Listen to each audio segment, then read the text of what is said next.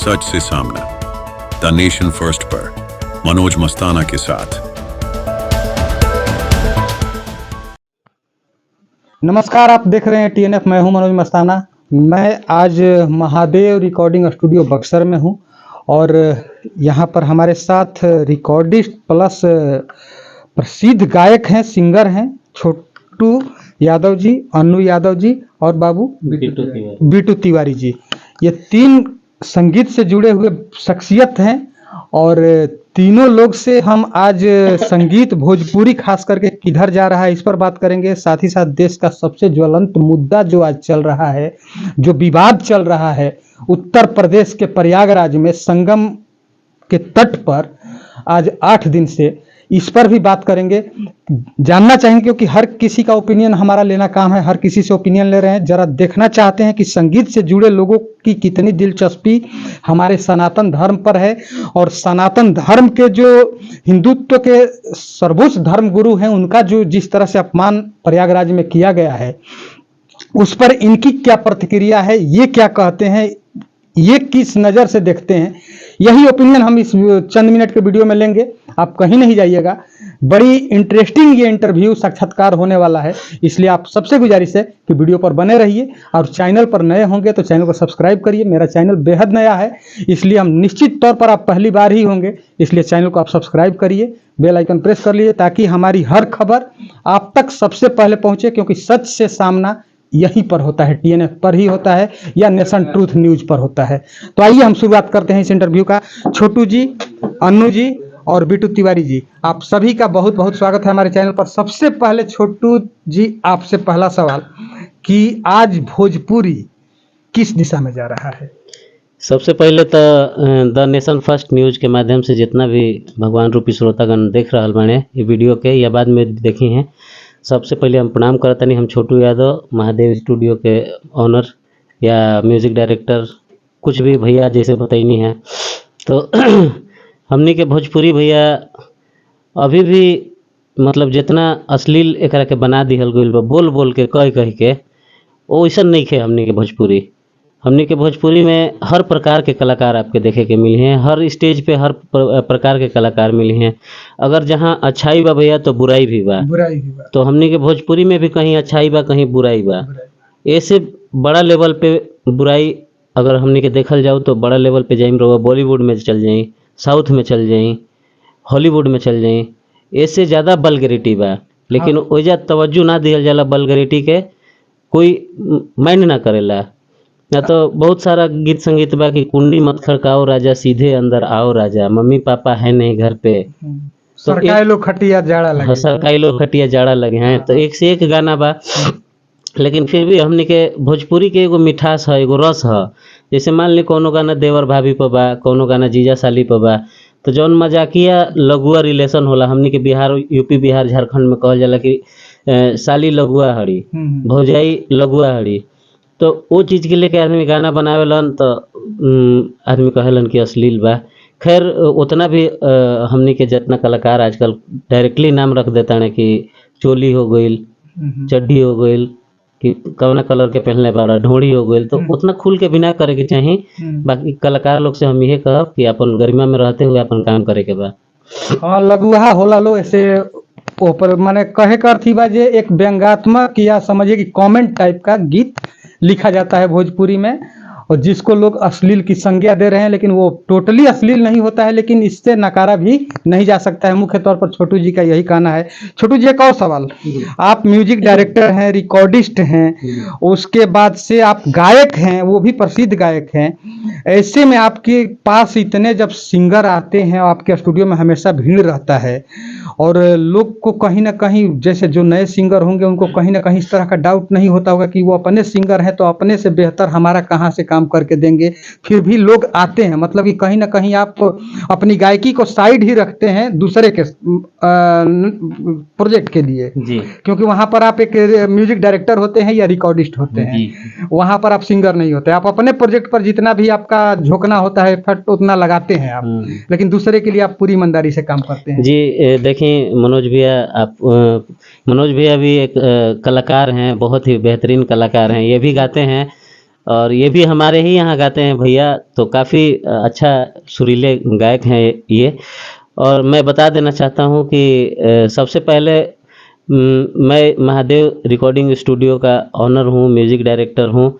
गायक देखिए पहले जितना प्रोजेक्ट भैया मेरा आया करता था, आप देखते होंगे कि मार्केट में गिना चुना प्रोजेक्ट मेरा आता हाँ, है अभी।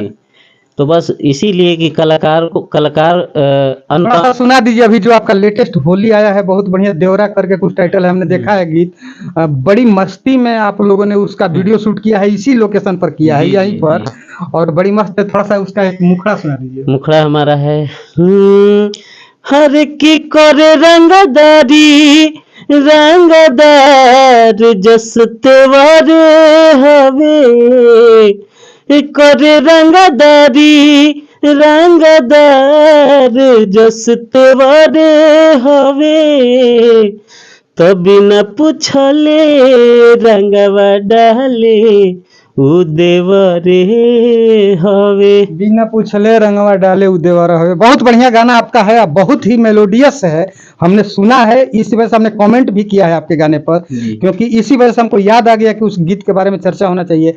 बिट्टू तिवारी जी, आप तो अभी संगीत में लगभग कितने दिन से हैं आप गा रहे हैं? 2-2.5 साल हो गया 2-2.5 साल जी। और आपका हमको लगता है कि स्टार्टिंग यहीं से हुआ था, हाँ, यहीं से। महादेव से ही हुआ हाँ, था, यहीं अभी तक महादेव में बने हाँ, हुए हैं, हाँ। मतलब कि काम से आप पूरी तरह से।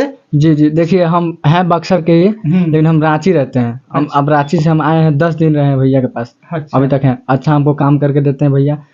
पहले इनका भी गाना आता था, बहुत पहले हमेशा आता था, अच्छा अच्छा गाना आता था, ज़्यादा आता था, लेकिन अब इनका गाना कम आता है क्योंकि हम लोग पे मेहनत ज़्यादा हाँ, रहता है। ये है जी। और बड़ी इनका जो आता है वो सिलेक्टेड ही प्रोजेक्ट होता है छोटू जी का। एक हमारे चैनल के लिए भी इन्होंने एक एजुकेशनल इंस्टीट्यूशन है जेएस ग्लोबल सर्विसेज, उसके लिए इन्होंने एक गाना गाया था, जयशिव नंदन नाम है उसका, जी। भलाई जिसका काम है, ये गाना जी। काम है, आप ही गाए थे। जी जी जी, हाँ। एजुकेशन से रिलेटेड था, तो एजुकेशन फर्स्ट पर्पस रहता है हमारा बच्चों के लिए कि मेरे गाने से अगर समझ लीजिए कि अगर 10 बच्चे भी प्रभावित हो गए भैया, तो मैं अपने आप को सफल मानता हूँ। बिल्कुल बिल्कुल बिल्कुल आपका रहता है। अन्नू जी, आपसे आप कितना दिन से गायकी कर रही हैं? मेरा 8-9 महीना हो गया। और यहीं से शुरुआत है आपका? हाँ, मेरा फर्स्ट यहीं से, मैंने आज तक कभी कहीं गाया नहीं था, शुरू मेरा यहीं है। और मैं- हिंदी गाना आज पहली बार ही आप हमारे गाने में डुएट किए कि पहले भी हिंदी गाए? नहीं, मैं भोजपुरी गाती हूँ। भोजपुरी गाते हैं, आज हिंदी पहली बार ही गाए हाँ। हैं। जी जी जी हाँ दोस्तों, आप सुनिएगा, 1-2 दिन के बाद एक गाना आने वाला है, होली पास बुलाए है, मनोज मस्ताना मेरा ही है और अनु यादव ये हमारे साथ हैं, हम लोग डुएट सॉन्ग है ये, और छोटू जी के ही कृपा दृष्टि है, रहम करम है, इनकी ही सारी कलाकारी है। गाना बहुत जल्द आपके पास आएगा। हम आते हैं आज के सबसे ज़्यादा जो ज्वलंत मुद्दा है, आज पिछले 8 दिन से प्रयागराज बड़ी अशांत है, क्योंकि हिंदुत्व के सर्वोच्च धर्म गुरु आज 8 दिन से गंगा के तट पर किनारे बैठ करके अनशन कर रहे हैं, और उनकी मांग, उनका हृदय इतना कोमल है कि छोटू जी की अभी 2 दिन पहले परसों उनका बयान आया कि हमें किसी से कोई जिद नहीं है, कोई नाराजगी नहीं है, हमें प्रशासन ने जहाँ छोड़ा था वहीं पर हम हैं। हमें प्रशासन आके कह दे, अपनी गलती मान ले और हमें स्नान करा दे, हमारी इतनी सी इच्छा है। बताइए ऐसा संत मिलेगा? और उस संत के बारे में आज के डेट में कमेंट किया जा रहा है बहुत तरह का। आप इस प्रकरण को किस नज़र से देखते हैं? देखिए, ये प्रकरण जो हमारे हिंदू धर्म सनातन धर्म के लिए ये सब जो चल रहा है, बहुत ही मनोज भैया खतरनाक है आने वाले समय के लिए। चूँकि आने वाली जो हमारी पीढ़ियां हैं, आप तमाम प्रकार के वीडियोस सोशल मीडिया पे देखते होंगे कि मान लीजिए मैं नाम लेकर कहना चाहूँगा कि बजरंग दल के लोग हैं, ऐसे ऐसे कई सारे हिंदू संगठन हैं जो कि हिंदू पर्व त्यौहार पे मस्जिदों पे जाके तिरंगा लहराना, जय श्री राम का नारा लगाना, तो ये नफरती जो बयान है ये कब से हमारे यहाँ स्टार्ट है, आप अनुमान लगा लीजिए। इससे 14 से पहले हमने कभी ये सब प्रकरण नहीं देखा था। हिंदू मुस्लिम जो तहजीब होता है भैया, उसमें खुद हम लोगों ने भी हमारे भी कई मित्र हैं मुस्लिम में, और अच्छे अच्छे मित्र हैं, वो लोग हमारे यहाँ आया करते थे भैया, हमारे त्योहारों पे हम लोग उनके यहाँ जाया करते थे। बट 2014 के बाद जो भी हमारे नरेंद्र मोदी जी का जो सरकार चल रहा है, भाजपा का पूरे देश में, केंद्र में उसके बाद जो चीज़ें नफरती हुई हैं वो चीज़ें किसी से छुपी हुई नहीं है। और मैं ये कहना चाहता हूँ कि ठीक है, छोटे छोटे जो सड़क छाप जो नेता हैं वो लोग करते हैं तो एक बात की बात होती है। जो शीर्ष नेतृत्व है हमारे भाजपा की, नरेंद्र मोदी जी हो गए, गृह मंत्री हमारे अमित शाह जी हो गए, यूपी के मुख्यमंत्री जी योगी आदित्यनाथ जी हो गए, ये लोग शीर्ष नेतृत्व पे बैठे हुए लोग हैं। जेपी नड्डा जी हो गए, ऐसे ऐसे नेता बताइए कि नफरती बयान देते हैं। हमारे हिंदू सनातन को भी लेकर अभी देखिए स्वामी अभिमुक्तेश्वरानंद जी जो कि शंकराचार्य हैं हमारे हिंदू सनातन धर्म के, वो आज 8 दिन से अनशन पे भैया बैठे हुए हैं। काफ़ी हृदय हृदय पीड़क है ये खबर जो है। तो एक सनातन का रक्षक जो सनातन के लिए लड़ता है, जो गौ हत्या के खिलाफ खड़ा है कि गौ हत्या नहीं होना चाहिए हमारे देश में, तो आप बताइए कि गौ हत्या का जो कंपनी है हमारे देश में, भारत में, उससे चंदा ले रहे हैं हमारे नरेंद्र मोदी जी माननीय, योगी आदित्यनाथ जी माननीय। तो आप लोग सनातन का चोला ओढ़ के, आप लोगों से विनती है कि आप लोग सनातन का चोला ओढ़ के और पब्लिक को मूर्ख बनाना बंद करें। और हमारे धर्म गुरु जितने भी हैं, चारों शंकराचार्य हमारे, आपने देखा कि राम मंदिर के उद्घाटन में चारों शंकराचार्य जी को इनविटेशन नहीं गया था कि हालांकि ये सरासर गलत है।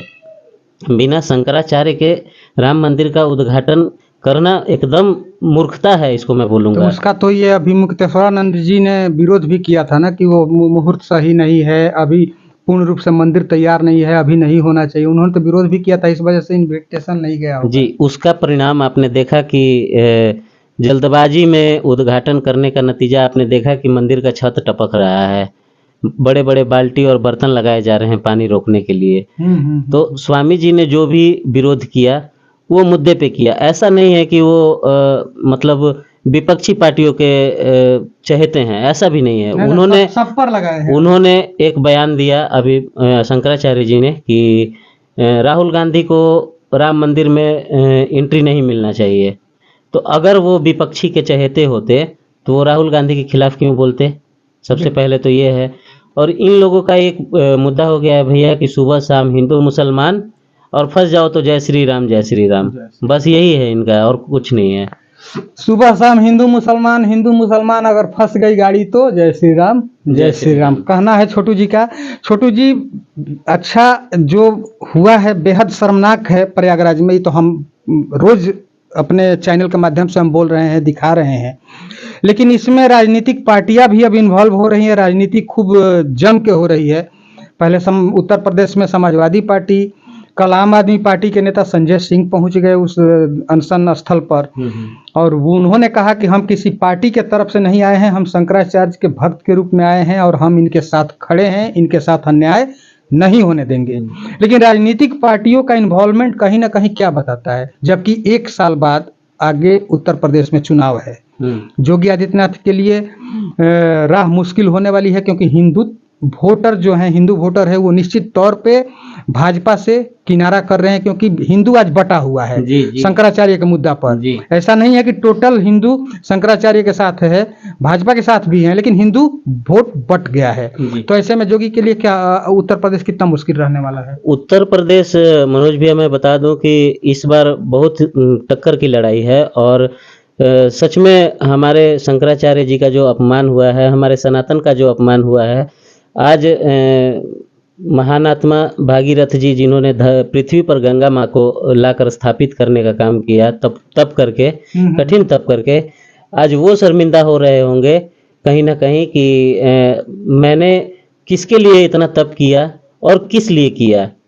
जो कि कुछ कथाकथित लोग जो हिंदू अपने आप को बता रहे हैं, इसमें मैं कुछ आचार्य, कुछ संत, कुछ और भी धर्म गुरु हैं जो कि एक सनातनी दूसरे सनातनी का भैया विरोध कर रहा है। ऐसा समय आ गया है। पहले देखिए इन लोगों ने क्या किया, ये लोग अंग्रेज से भी खतरनाक लोग हैं।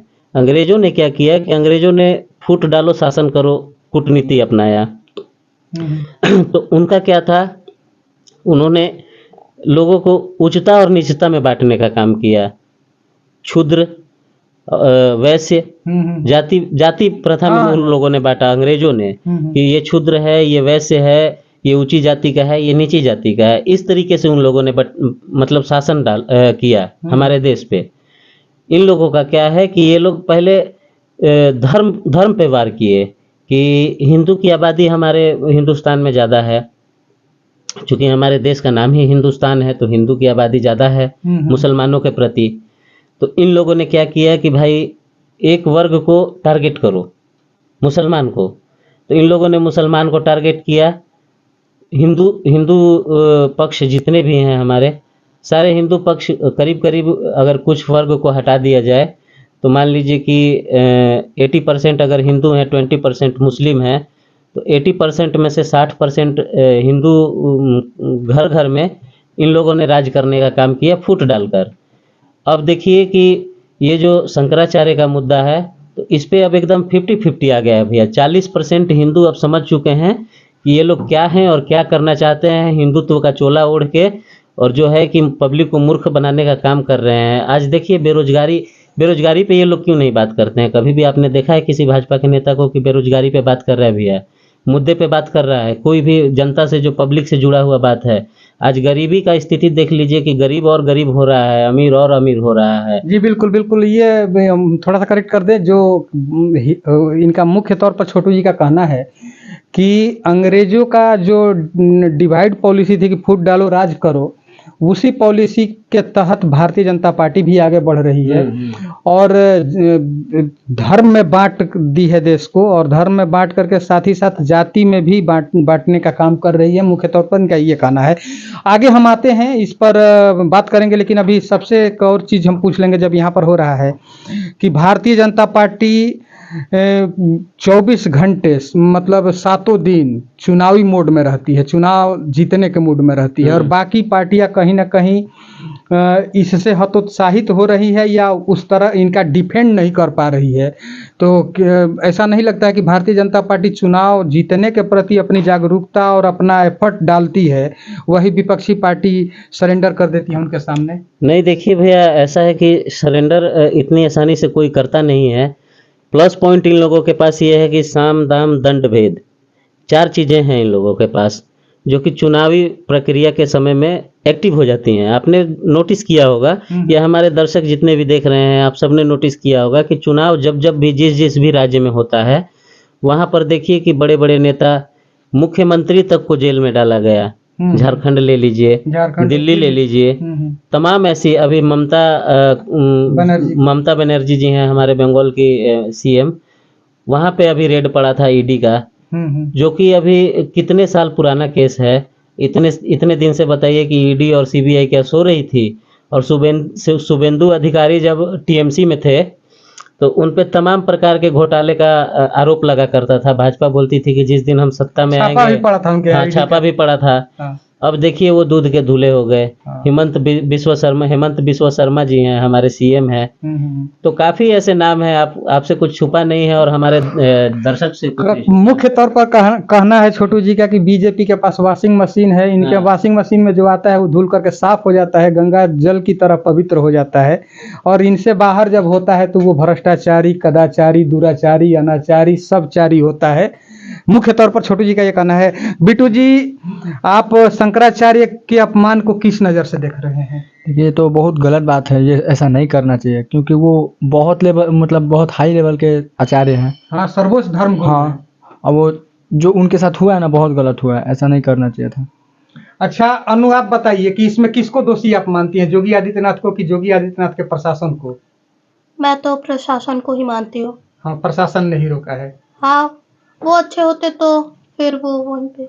हाँ, अन्नू यादव का कहना है कि प्रशासन ही इसमें दोषी है, योगी आदित्यनाथ का दोष नहीं है। शंकराचार्य जी भी इस पर योगी आदित्यनाथ का नाम लेकर के औरंगजेब तक बताया है, लेकिन उनका प्रशासन से ही मुख्य तौर पर उनका भी। भैया देखिए, औरंगजेब बताने का उनका रीजन है, उन्होंने क्लियर भी किया है इन चीज़ों को।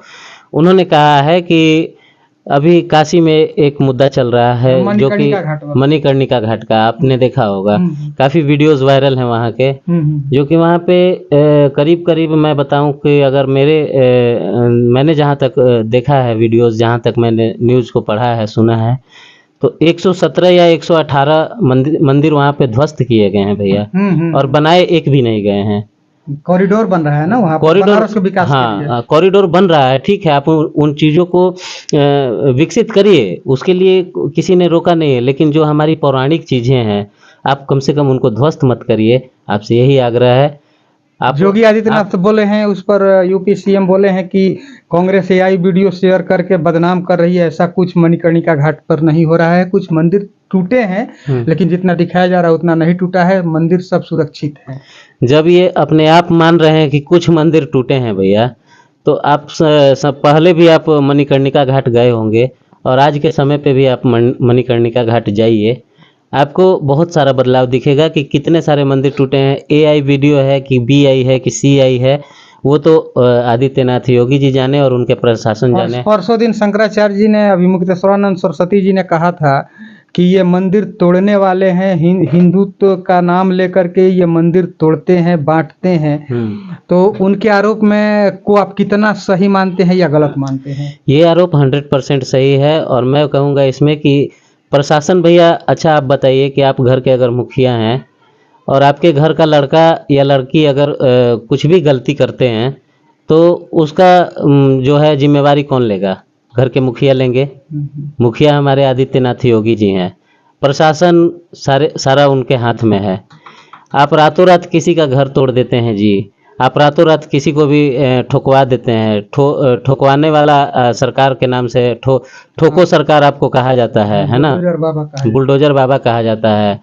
तो जब इतना सारा इतनी सारी चीज़ें प्रक्रिया आप रातों रात जब कर देते हैं, तो आपसे आग्रह है कि कम से कम हमारे हिंदू धर्म के नाम पर जिससे आप सत्ता में आकर आप राज कर रहे हैं, कम से कम उसका चोला ओढ़ के, और हमारे जितने दर्शक हैं, हमारे जितने हिंदू धर्म के लोग हैं, जितने हिंदू धर्म के दर्शक हैं, हमारे सनातनी हैं, हमारे, कम से कम उनको आप लोग मूर्ख मत बनाइए। और इनके कथित कुछ संत लोग हैं, इनके पक्ष के लोग जो कि कहते हैं अपने आप को संत, जिन्होंने कहा है कि मैं श्री राम से मिला हूँ।